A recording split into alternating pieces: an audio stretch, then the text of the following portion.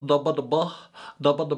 everyone, D'Anthony Crazed Tano here, the internet's busiest music nerd, and it's time for a review of the brand new, sort of new, Lupe Fiasco album, DROGAS Wave. This is the newest full-length LP from Lupe Fiasco, a quick follow-up to last year's Drogas Light project, which for some reason feels way further in the distant past than it actually is, but yeah, just came out in 2017. I did not love the first installment of Drogas, but I thought there was a lot of good material on it. It certainly surpasses what Lupe has delivered during the dregs of his career, Lasers and Food and Liquor 2 and Friend of the People. But since releasing his conceptual and multi-phased Tetsuo and Youth a handful of years ago, Lupe has been back on a nice, consistent quality level, so I was definitely looking forward to this new album over here. Lupe's past missteps, though, still do haunt me to this day, so I did go into this new album a little worried about a few different things. Will Lupe pick good instrumentals and featured artists on this album? Will he avoid the annoying and sanitary glitz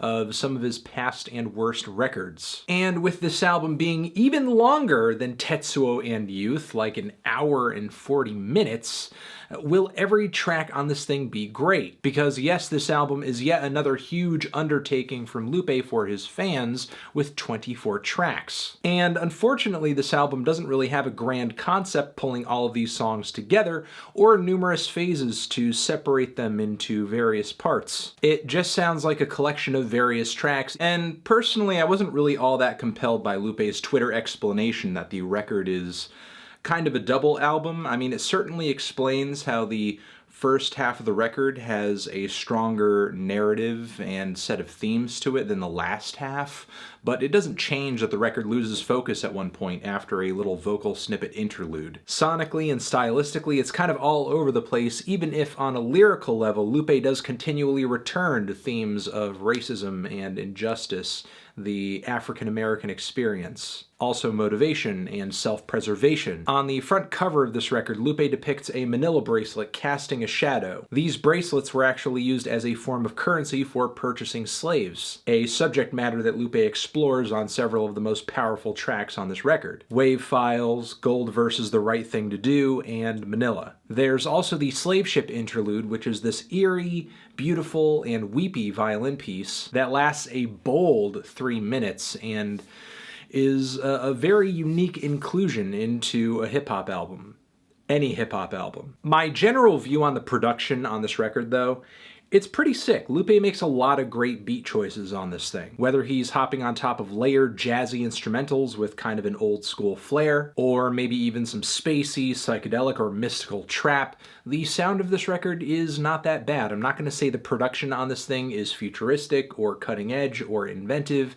It's not, but it's certainly tasteful. I guess it's a bit more layered and thoughtful than a lot of the more generic trap beats that you may run into out there these days. And it certainly provides a very colorful and dramatic platform for Lupe's lyrical concepts. Gives them a bit more urgency, weight, a sense of emotional significance. I will say, this thing is 24 tracks, so there are at least a couple of spots on this record where I think the instrumental really ruins the appeal of the album and Lupe's lyrical efforts, like on the track XO, which is really just one dubstep breakdown away from sounding like Lupe is rapping over yet another piece of overproduced EDM, which the track might as well be, especially with Troy Iron's artificially glossy vocals soaring on the hook. There are also numerous tracks on this thing that feature vocal contributions from one Nikki Jean, a singer that prior to this album I don't really think I was all that familiar with. And it's not that she comes off as a bad singer, but on nearly every track that she is featured,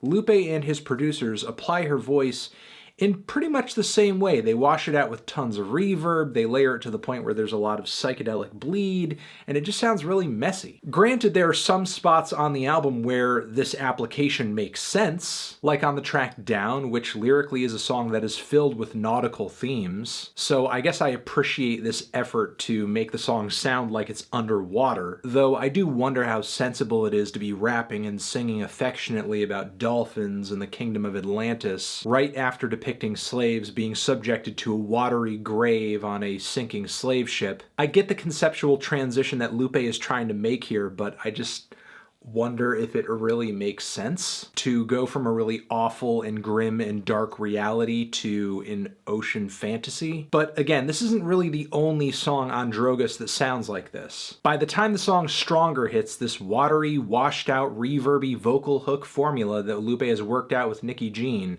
is really getting tired, old, and wearing out its welcome. Even if Lupe's bars do somewhat make up for the drab instrumental sound. Now, as far as the rapping goes on this record, we all know at this point Lupe can rap, especially when he has a topic or a focus in mind. Every once in a while on this album, Lupe dishes out a semi-woke word salad with some good lyrical gems here and there. That's really when lyrically he's at his most underwhelming. There's also the track Stack That Cheese, which in my opinion is the musical equivalent to a faceplant. It's kind of a satirical meta number about becoming a rapper with a tedious flow, a basic beat, and winning bars. I get what he's trying to lampoon here and that the song sounds really tongue-in-cheek in order to make a point.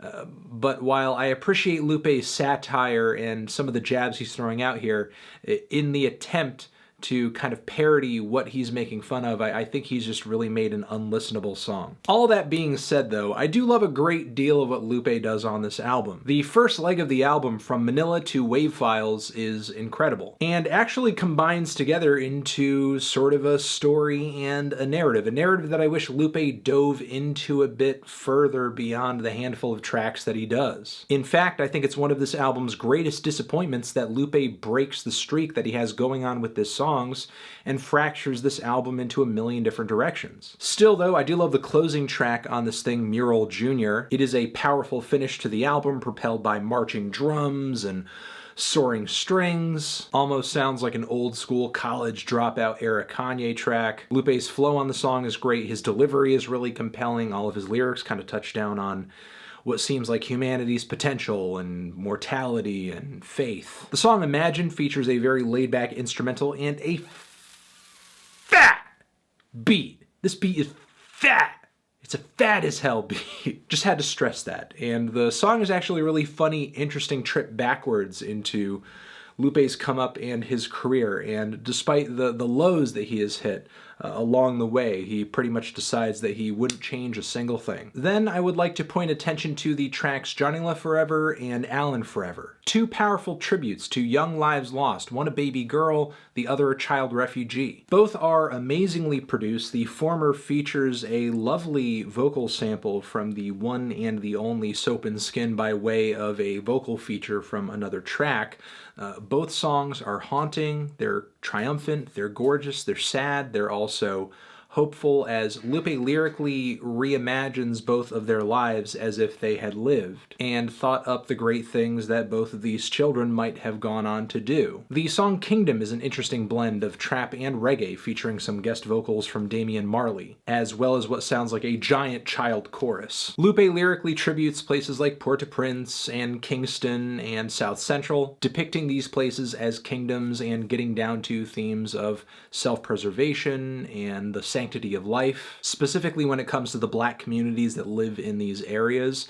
Damian and Lupe's vocals come together for a very powerful instrumental finish toward the end of the song, with their voices layering on top of each other and building up. The song Cripple is a luscious jazz-back throwback with some fantastic flows, gorgeous flute melodies from Elena Pinderhughes, who you might remember as a Christian Scott collaborator, and the track Quotations from Chairman Fred is a multi-phased motivational diatribe that tries to inspire listeners not just on a personal front, but also a political and a spiritual front too. And these are just a few of many highlights on this album. Overall, I think this is yet another quality record from Lupe in what is a pretty consistent and third act of his career so far. Although I think this album could have been made better if it had been stripped back to its best moments. That being said though, for the 90+ minutes that this thing lasts, there's not that many tracks I would disregard as total filler. Again, themes of freedom and struggle and self-preservation and racial injustice